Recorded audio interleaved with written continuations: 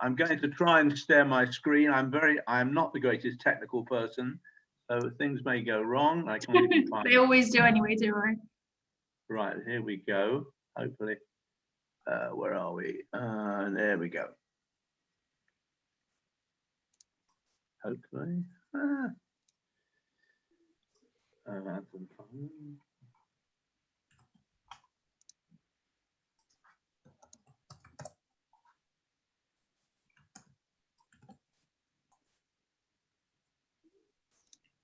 Right.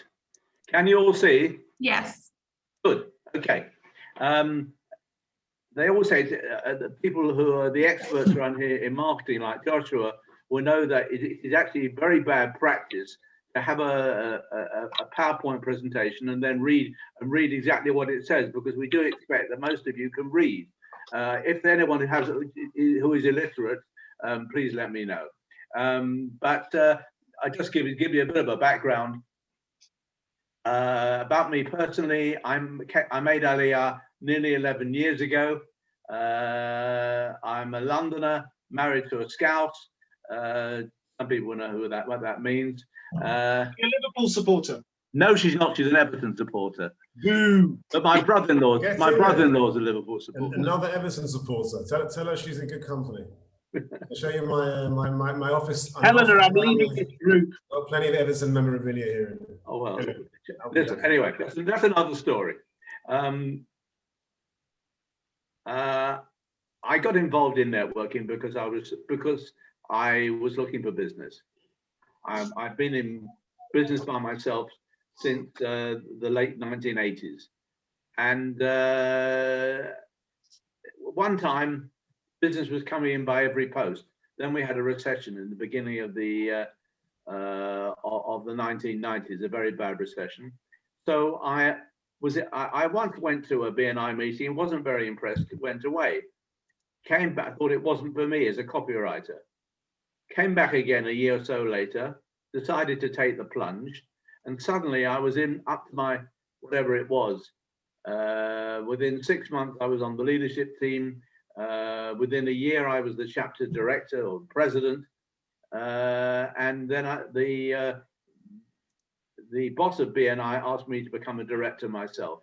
So I spent 10 years setting up chapters and working with new chapters. So that was Alan, very quickly, for those people who don't want to know, can I just very quickly say what BNI is? Because some people may not know what it is. Okay, BNI is Business Network International. It's the largest networking organization in the world. I think they've got 100,000 members, something of that nature, in virtually every country of all. It runs on a very, very strict scheme, which I won't go into now, but it works. It works. It is. It can be. It isn't for everybody. Somebody on one of our ESM meetings said it was like being in the army again. I've never been in the army, but they like that in Israel? Yeah, worse. They're worse here than they are there. BNI is the same the whole world round. I think it's much worse here. It's much more aggressive here. I personally thought. I was very intimidated. Yeah, but it can be because you're not a native. I am not Israeli. That is true. Well, anyway, let's move on from BNI. Just if anyone wants more information, I message you later. I'm not going about BNI. Basically, I'm talking about what we do here. All I can say is I've now been a member of this wonderful organization for 4 months. I enjoy every meeting. Helena should give a big shakoya for all her work. And personally, I'm already in profit, I say financially and emotionally. Financially because I'm well ahead of the game, thanks to the referrals I've had. And emotionally because I love meeting new people, most of whom could be my grandchildren, I suppose, biologically. You've all accepted me, which is really appreciate, which is really means a great deal. Okay, the next point is, does networking work? And by the way, if anyone wants to interrupt me, don't wait till the end. If you think I'm talking balderdash or you've got your own, please come in, because this is for this is not for my benefit. This is for everybody's benefit. So please, everybody here, members or visitors, you're very welcome. Anyway, my experience over 17+ years is that everybody who worked in it seriously did well, and some people did seriously well. And I mean really that. And they took it seriously, and it worked. As I say, ESN is great, and I'm a total fan. It doesn't have the same rules, but it's got the great potential. And I think that obviously no organisation can have its full potential after just a year, isn't it, Eleanor? Yeah, just over. You know, just think where we all could be in 2 or 3 years' time. And the strength of ESN is, you know, it's all of us. You know, we've all got to, but we're all, in a sense, we're all investors. We've all paid good money, and it is good money. And if we get a return on our investment, that's great. And what I'm trying to do is suggest ways in which we can all get a good ROI. We've got some real financial wizards here. I can't count beyond 10, you know, when I run out of fingers and thumbs. Okay, it's a bad joke, forgive me. It's once said that life is like a sewer. What you get out of it depends on what you put into it. Same goes for networking. All right, that's a bad joke over. Now, you've all got a radio set. You're all a radio set. Imagine that. Guess which station you're tuned to? It's WIIFM. Anyone guess what that stands for? Come on, you can all speak. Anyone guess? Ah, you're obviously not awake yet. Have another coffee. What's in it for me? Basically, I imagine if we're all honest, everybody here came in to get some business. Who came in here to give business? Anyone put their hand up? Probably not. But it could be that if you gave someone some business, wouldn't they be more likely to give you business? Well, you give what sometimes you give and sometimes you get. Anyway, but exactly, it's not always. But we all come, and I don't accept myself. We all come with the idea that it'd be nice to get. I'm going to the meeting today. Tuesdays at 9 o'clock. I hope I'm going to walk away with some business. What have I got in my locker to give to somebody else? Networking is a way where we can help to find what we can give to other people. So here's a few ideas about networking that I hope will be of help to you. Your group should be your best customer. If you're managing to make a profit on what you're paying out each month, it's a good regular customer who is bringing you other customers. So treat it well. I know there are no names, no patron, as we say in England. There are people here who are not here, which I find amazing because they're missing a meeting with their best customer. You can't get that back again. All right, they can't be flying off to Bermuda or Dubai at the moment, so why aren't they here? They're missing out. Would you miss your meeting with your best customer? Would you use your telephone during a meeting with your best customer? Would you come without looking ready for a meeting? Of course, it's even more so on a real time than it is on Zoom. Good networkers are not created at birth. It requires effort. It can be learned, and practice makes perfect. And now here's the thing you can all try. Have you ever been to Benjamin? You're an accountant. Yeah. Most of the time, yes. You're what are you the rest of the time? Don't say, you don't want to incriminate yourself. You want to know? I'm an IT manager. I'm the dean of the homeschool. I'm the cook. I'm the cleaner. Oh, you're an IT. You see, I didn't know you were an IT manager because I could have picked your brains on something. So I won't talk about it now, but I've got a problem. Now, the point is this. Have you ever been to I don't know, I'm very, very prejudiced. Although some of my best friends are accountants, I always regard them as number one in the boring category. So if you go to a party and say, tell me, Ben, what do you do? I'm an accountant. Oh, and next I go and talk to somebody else. If you say, I've been saving people all over the country billions of shekels each year. Oh, how do you do that? And this is true for everybody. Yossi, how could you find a technicolor way? Unmute yourself, my friend. Yossi, you hear me? I can hear you. I can hear you, Alan. Right. Yossi, my friend, tell me, how could you introduce yourself without saying, I'm a, what's your description normally? I'm a corporate specialist. I can introduce Okay, myself right. saying, How could you rephrase that completely without mentioning the words you just used, but telling people what you do, showing the benefits?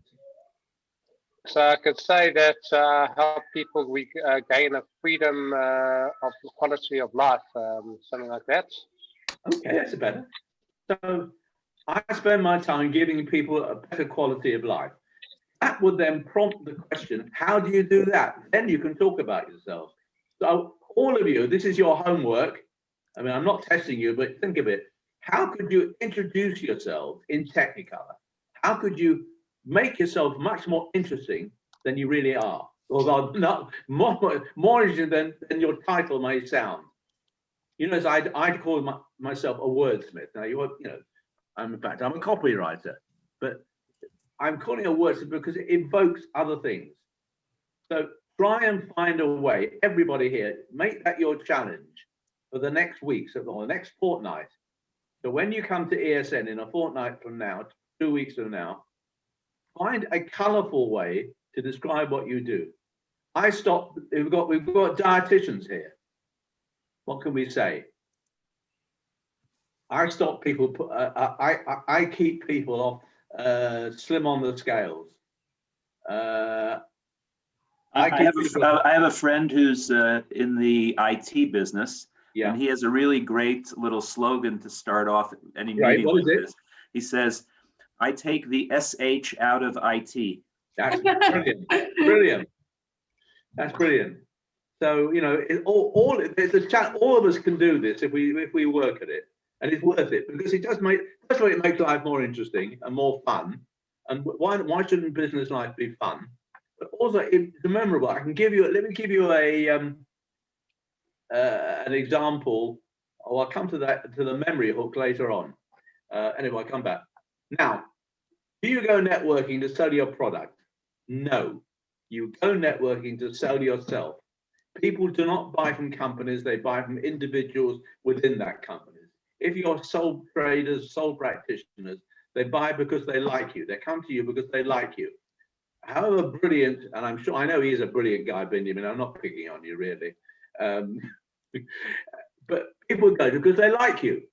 If they didn't like you, they can find, I know at least half a dozen American tax accountants I've met since I've been in Israel. Not in Netanya. What? Not in Netanya. They're all British. We're not all British. We have a few Americans here, but one or two. You'd be surprised. They hide under the. We have some Americans who say, "I wish I could." That they wish they could get other Americans to come and live here because they like it so much. Anyway, be that as it may, but I don't know. I don't just go. In the old days, I used to go outside in Netanya. Okay, so you're making your short pictures. You do every fortnight at ESN, and some tips for that. First of all, Helena will forgive me saying this, you've all paid for a minute. Yeah, correct, Helena? They pay to have their minute every week, not a minute and a half, but they paid to have a minute. Use it. We did a fun session once back in my Edgeware days, where we said this is going to be the radio show. Now, who's got experience in radio here? Anyone? Victoria? Yeah, you have, right. Tell me, what are the two sins in radio? Number one, dead time. So you don't fill up your time. And number two is overrunning. So we had a meeting where the 1 minute all had to be commercials. And if they ran under time, there was dead silence. And if they ran over time, we've turned on some music and blotted them out. So that's a good point. Try. Your 1 minute is really important. If you want people to remember you, you've got to do your best to be memorable. Don't try, and I'll say this again, don't try and wing it, prepare it. I flatter myself that I can probably wing it. I've been doing it for over 20 years. If you want to get the best out of it, you need to practice it. Practice in front of the mirror, practice in front of the cat, record yourself on your phone, but get it right.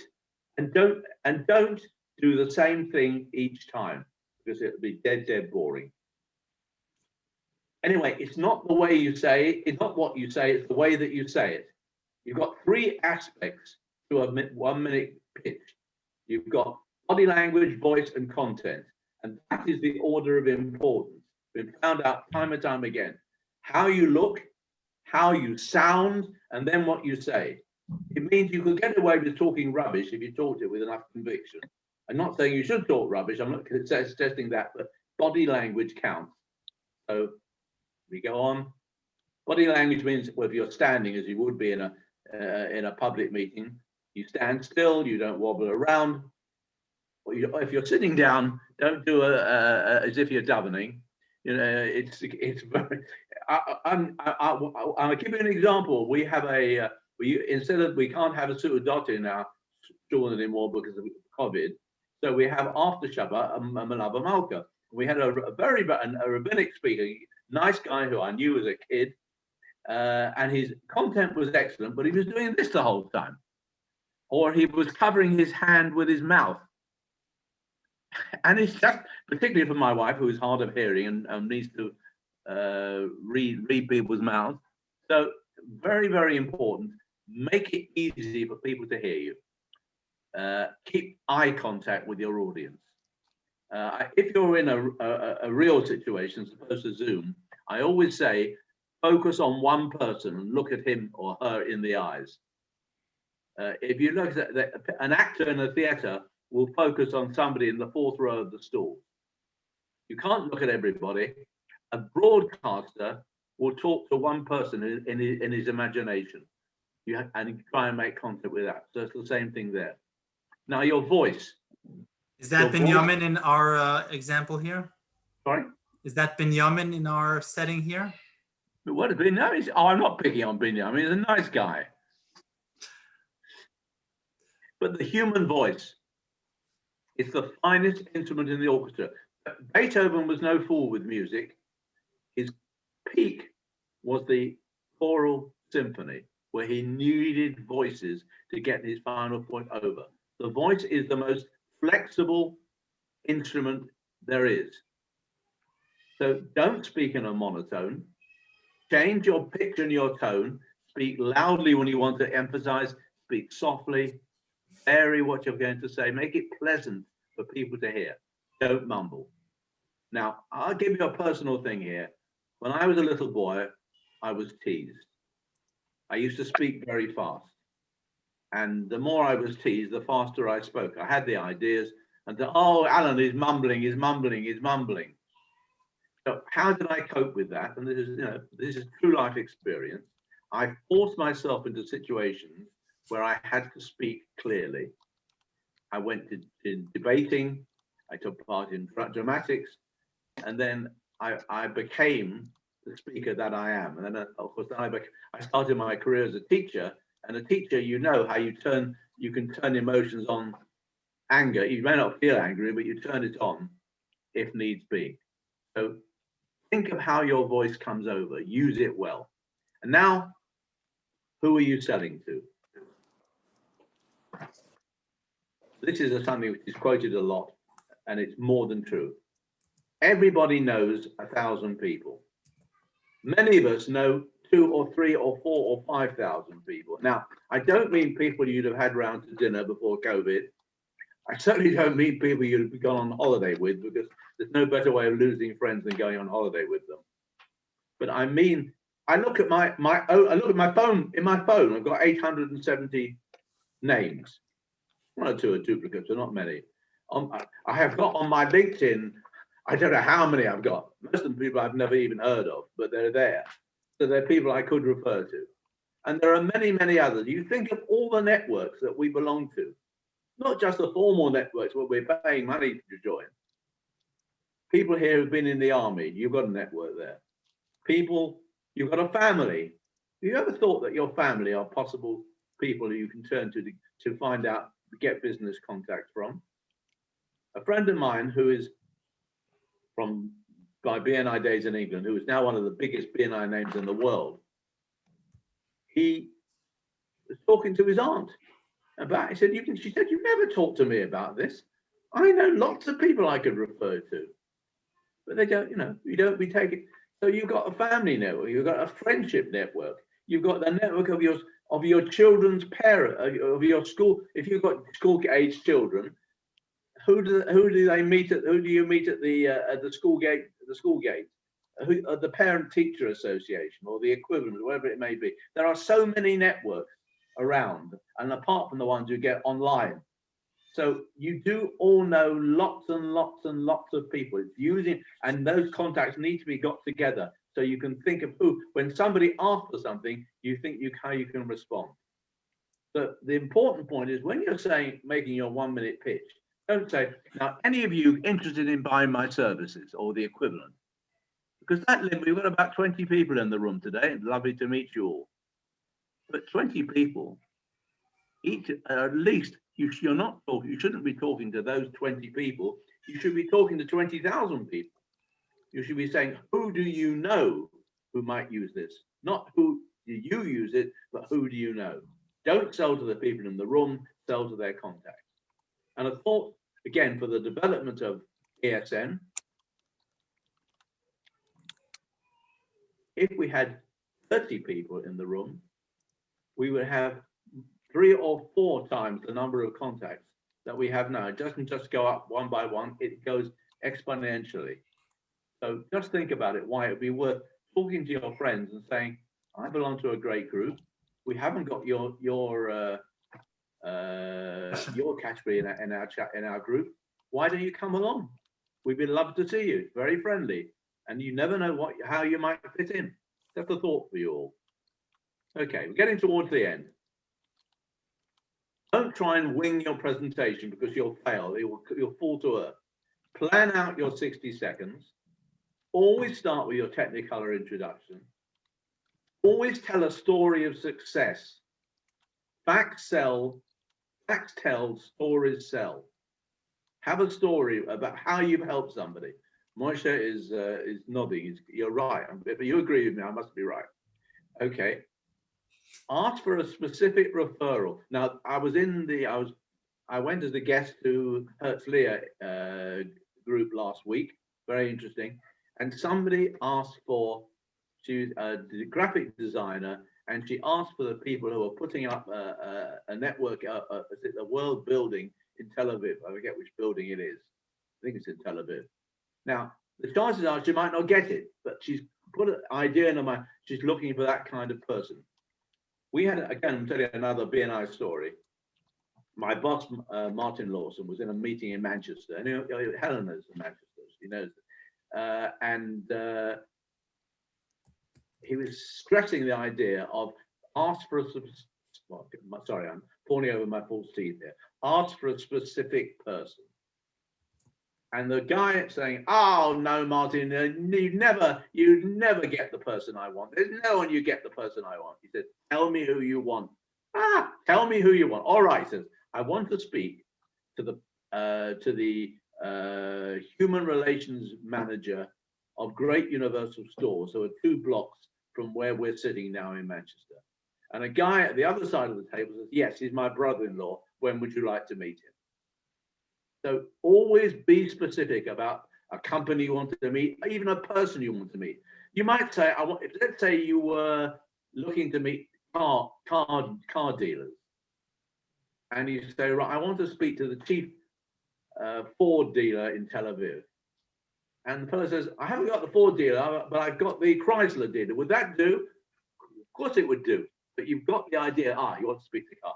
So ask for specific, be specific. The more specific, the better. No one knows anyone. We all know lots of someones. And finally, end with a memory hook. A memory hook is how you close off. I close off each time. Anyone remember what I say? I say, anyone know what I say? What is it? Alan Gold, your man for words, or something along those lines. No, well, near, close, but no cigar. what I say is, I can remember now. We use words to build reputations, or I use words to build reputations,